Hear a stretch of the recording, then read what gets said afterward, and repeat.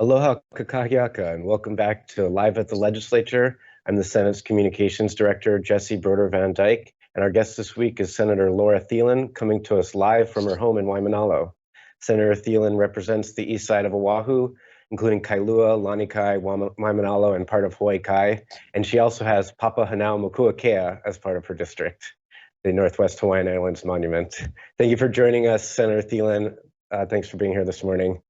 You chair the Committee on Government Operations.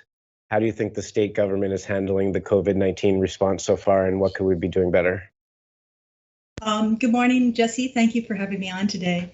I think our state is reacting similarly to a lot of other states, and that we're kind of wrestling to how to deal with this pandemic unfolding in real time. Similar to a lot of other states, we found that our back office systems are very old. We haven't invested in keeping them modernized and updated. And as a result, a lot of people are feeling a lot of pain, like with the unemployment system, the computer being, 30 more antiquated, I think was the term the director used. And so it's showing that, we have to be able to be more nimble and more quick in being able to respond to needs. And I think that's going to be true in the future as well as now.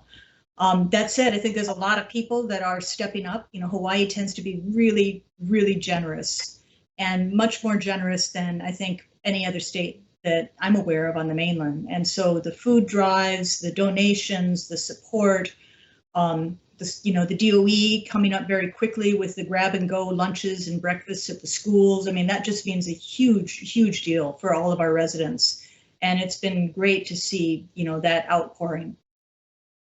And you and a number of Senate staffers volunteered to go work for the unemployment office and help them clear this backlog. They got over 230,000 unemployment claims in a single month.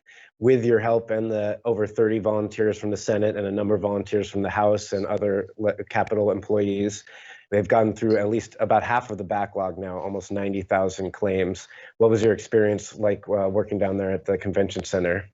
Again, it was, people stepping forward and the department being willing to, invite folks in, different state agencies contributing the computers and setting up things down at the convention center. It was really a heroic effort. And I just give a lot of credit to everybody who participated in that. That said, it's pretty clear that the system that we use to process unemployment claims, it's going to take time. There's a lot of claims that you're going to have to go back and you're going to have to verify. And while I think the department has now passed the 50% mark, that still leaves, maybe just under 100,000 people that have been going a month to 2 months waiting for this processing.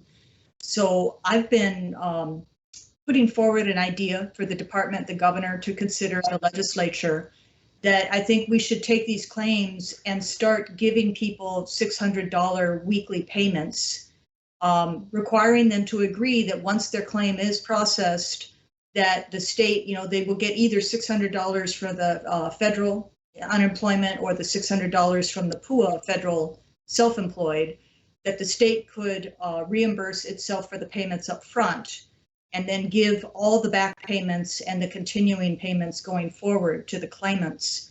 But people in Hawaii, that are coming from the tourism industry, the restaurant industry, they can't go 2 months without a paycheck. I mean, it's heartbreaking. The emails that we're getting, the lines at the food drives that are backing up for a mile. So it's time for the state to recognize that even with the heroic efforts, it's not enough.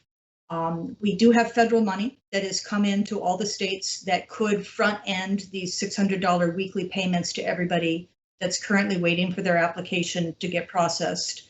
And then most of that would be coming back from the federal unemployment payments, and the state could then use that and invest it in economic diversification or other things that we need to do going forward. And Hawaii has really been affected because our number one industry is tourism more than any other state. Well, at the same time, we've been lucky to have a relatively low rate of infection so far because of all the measures we've taken. Your district has a lot of tourists. Kailua in particular has been inundated for years. What's it like going there right now with no tourists and only locals? You know, I've been abiding by the stay-at-home order most of the time. I have gone to go visit my mother for social distance visiting, you know, to bring her some things from our garden and, you know, socialize a bit with her. And so when I am out on the road, you know, there's definitely a lot of traffic is missing. I think there's a lot of concern about how do we set up good security, given that we don't know a lot of information about this virus and we're still finding out a lot scientifically, so that if we do open up for visitors to come back again, that it's done in a safe way. And I think it's a little premature to be opening up at this point. We still need more data. We still need more infrastructure at the airports to be able to take care of that before people can start coming in.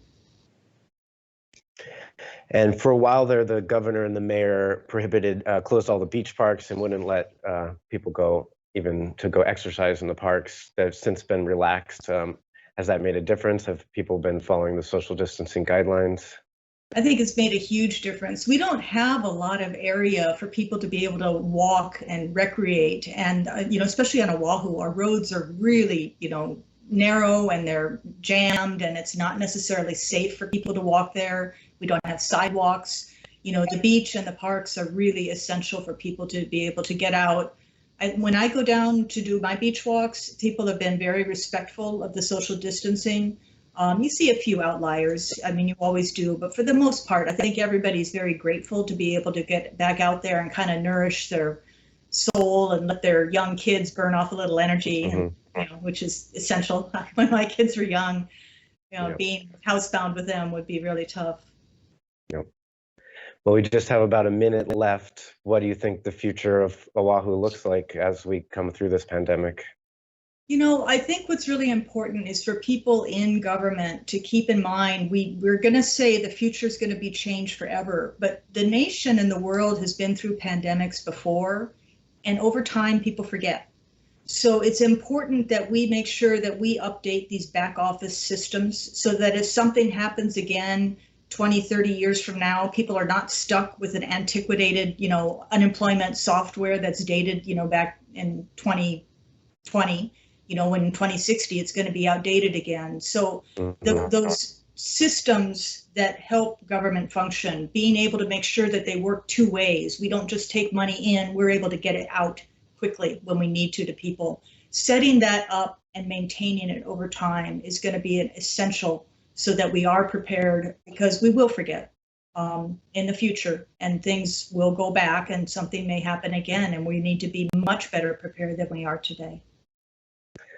Well, thank you so much, Senator Laura Thielen, coming to us live from Waimanalo. Appreciate you joining us, and thanks for everyone at home for tuning in. We'll be back again next week for Live at the Legislature. Aloha.